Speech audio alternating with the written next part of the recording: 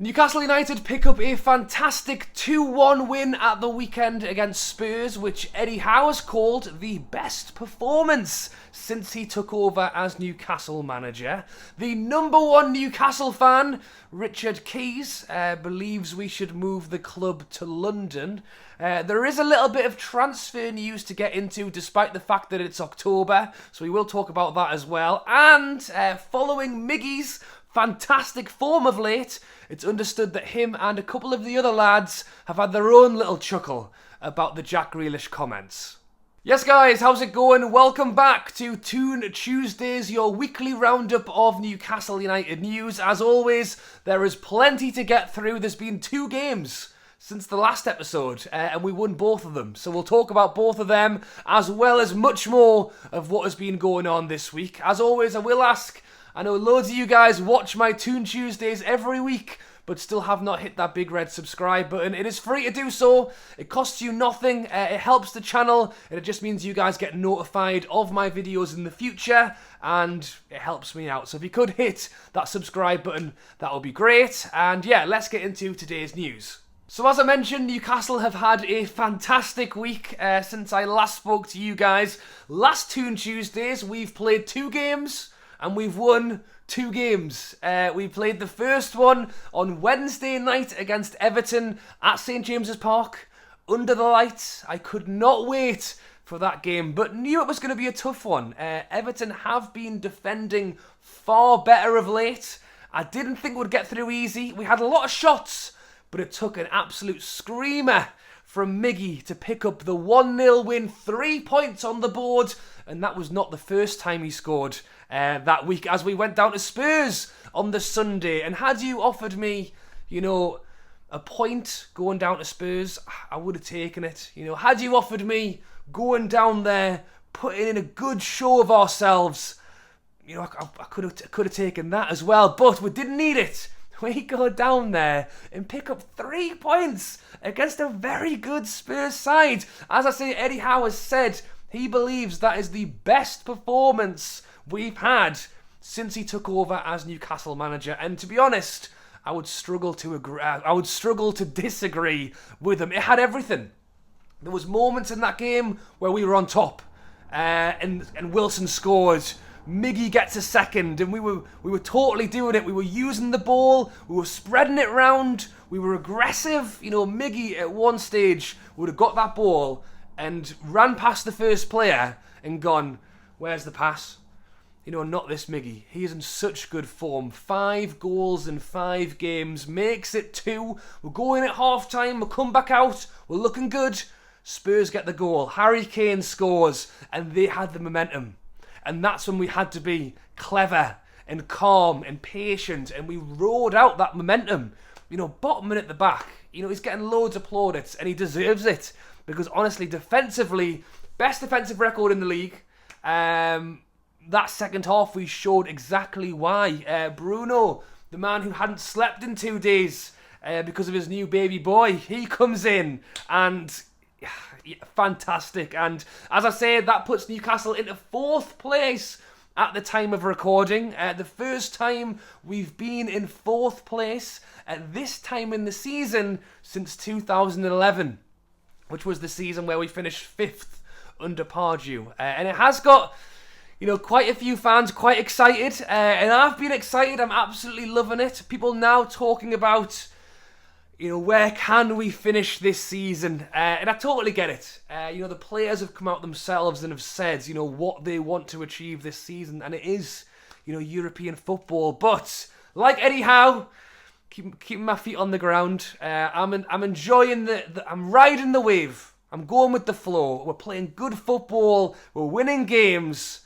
I'm loving it. I'll concentrate on where we're finishing a little bit further up the line, especially with the World Cup in the middle as well. It's going to be a strange season, but we're playing good football. We want to keep it going, and we're going to want to keep it going this weekend when we head back to St James's Park on Saturday, 3 p.m. kickoff, as we take on Aston Villa, who, funnily enough, have just sacked their manager. Steven Gerrard has left, and who comes in? Unai Emery, a manager that we were in fact linked with at the same time when we brought in Eddie Howe. Now, it's actually being reported that Unai Emery won't be on the touchline for the game this weekend, which is slightly strange. If you know why that is, let me know, other than the fact that he's bottling the game. I won't say that. I have no idea why, but the way we're playing at the moment, it's just typical, isn't it, really? Because they hadn't been great under Gerrard. Could he have not just stayed one more game for the one against us? I'm hoping they're not going to now have, that, well, they've already had it. The win at the weekend, it's the new manager bounce, it's the manager's gone, don't blame us. We're going to win. So it's not great timing, but I've got all the faith. Keep it going the way we are, especially at St. James's Park. Really good performances at the moment, so yeah, we'll keep that going this weekend. I did just mention Bruno a moment ago, but I did want to mention him again because of what a fantastic week he has had. The win against Everton, his baby boy is born, little Matteo, who Bruno has called a Brazilian Geordie. He then travels down to the Spurs game with no sleep for 2 days, puts in a performance like that, and then actually said it's the best day of his life in the interview after the game as well. Incredible. And I wasn't sure whether Bruno was going to play. There was rumours that he might not be going down there. There was rumours that Eddie Howe had allowed him to stay at home or stay at the hospital with his wife and his baby, which would have been totally understandable. But at the same time, secretly praying that Bruno would make it down. And yeah, he went down, played a great game. He did an interview after, quite an emotional interview after, that he did alongside Callum Wilson. He was asked on his decision to go to Newcastle. He said that to change country, to change leagues, and in a World Cup year as well, it was a really hard decision, but I think it was the right one. I'm happy. It was amazing, and I feel like a Geordie.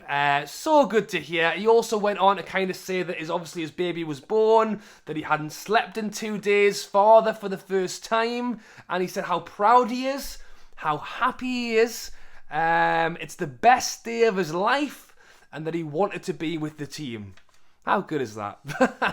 How good is Bruno? Not only does he come in and just totally light it up on the pitch, but off the pitch, just seems like such a canny bloke. Just a nice guy who comes in, he's smiling, he's loving his football. And, I'm glad we won the game as well, because it really did just finish off for him. I'm sure, a week in his life that he'll never forget. And I will shout out the fans who were down at the game as well, in the rain with the tops off. Yeah, just totally made it. So what a weekend. Hopefully Bruno can have another fantastic performance against Villa this weekend as well. And just when you think you're having the perfect week, somebody has to stick their oar in. Newcastle United's #1 fan, Richard Keys, decided to have his say on Newcastle and his proposed idea of moving the Newcastle United training ground to London. Apparently, in his eyes, it would make more sense to have the newly built training ground that the owners are currently working on to be built in London instead of Newcastle. In his eyes, that would attract more star players to the club. To be honest, he's got to be doing it for clicks, and that's why I don't even want to talk about it too much in this video. I don't want to give him the time of day, to be honest. It's so ridiculous. Even Andy Gray was sat opposite him. Even he was looking at him like, you've stepped into a new world now, because it's just so crazy. And funnily enough as well, he even said, if Newcastle want to be as big as clubs like Chelsea, Manchester United, he is aware that Manchester United aren't in London either. Yeah, it's just total waffle. What more can you expect, really? His idea is that apparently because the players are travelling so much with games, it would make just as much sense to have the training ground somewhere else. We travel once every 2 weeks for an away game. We play the majority of our games in Newcastle. Yeah, this is just totally crazy. He said that everything connected with the club can stay in Tyneside, but you don't see the 25-man squad out in the town these days, so what difference does it make?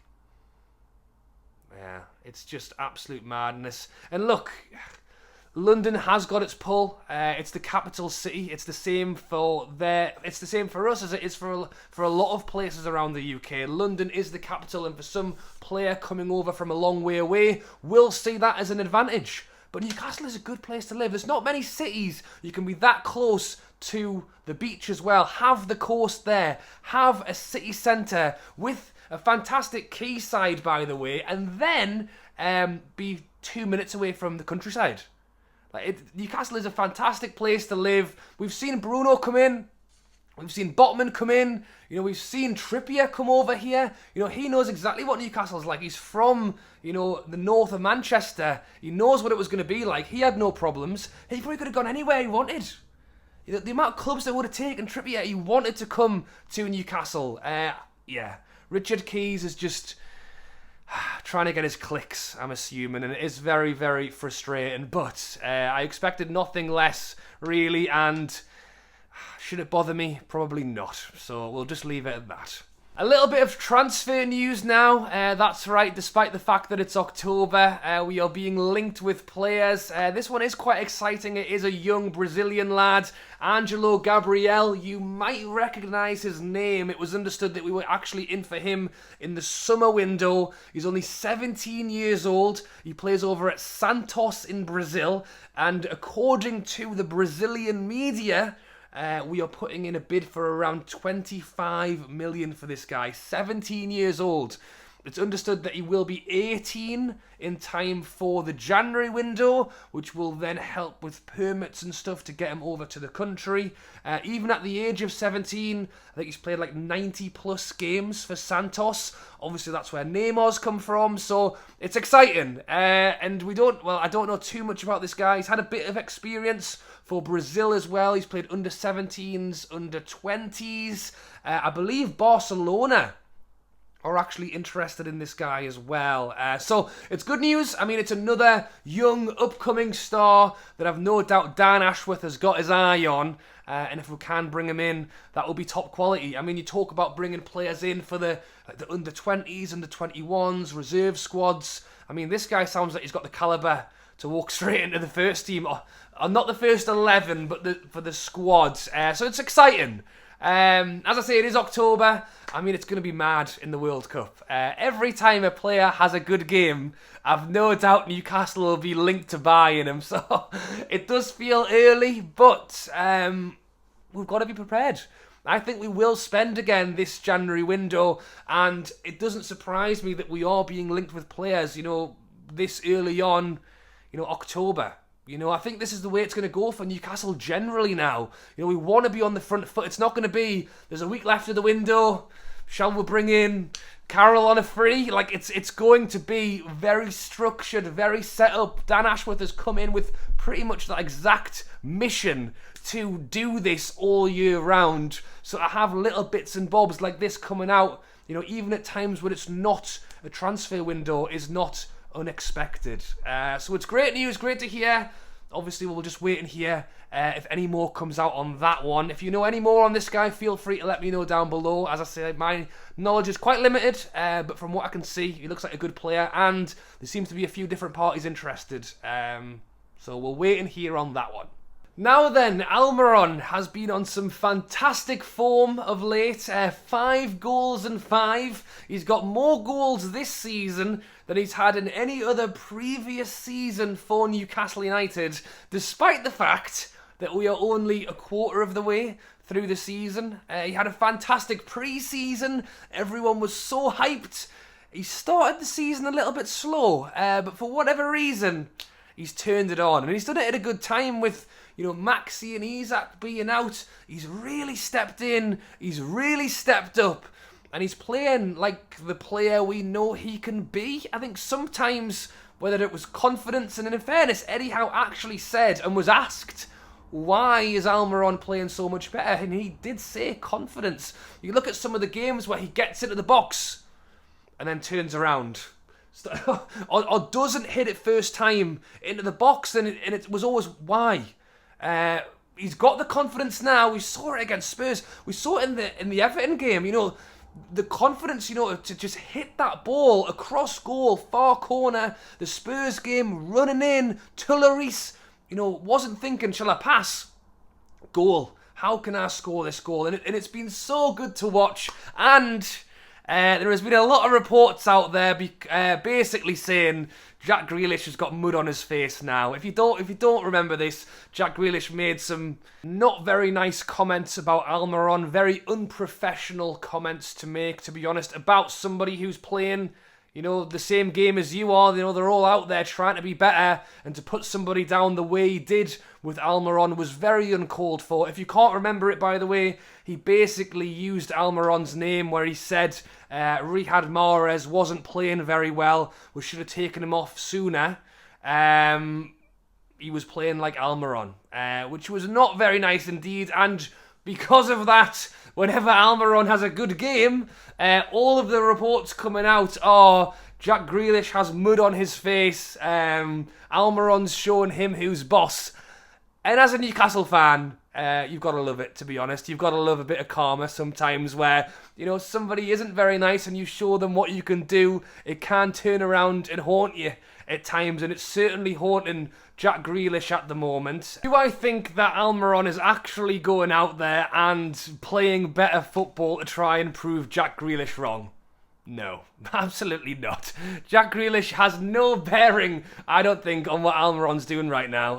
The reports out there are that Almirón, as I say, is showing him who's boss, but Almirón's spoken loads in interviews how he wants to add goals to his game, wants to try and improve his game, but one quite funny thing that I've actually seen a few things on Twitter. I've actually seen a couple of little articles about this as well. So how true it is, take it with a little pinch of salt. But it's understood that Almirón and a couple of the Newcastle lads have actually been saying to each other, you're playing like Grealish when somebody's not having a very good game. So there you go. Turn of the tide.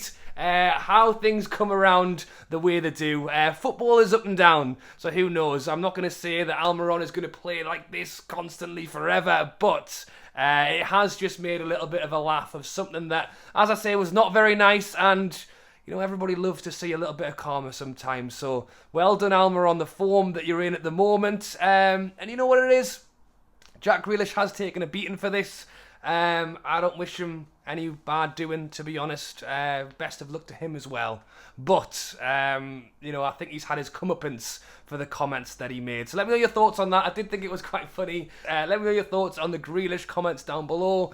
Long may the form of Miggy continue. And that is it, guys. I hope you have enjoyed this week's Toon Tuesdays. If you have, be sure to drop a like and subscribe before you go. As I say, it really helps the channel. It's free to do so. Just scroll down a little bit, hit that big red button, and you will be notified of all of my videos. I am posting daily content at the moment, and I will be at the Villa game this Saturday. I'll have the usual preview, match reaction, match vlog. Hopefully we can see Miggy score another banger. Alright guys, thanks for watching as always. Enjoy the rest of your week, and I'll catch you later.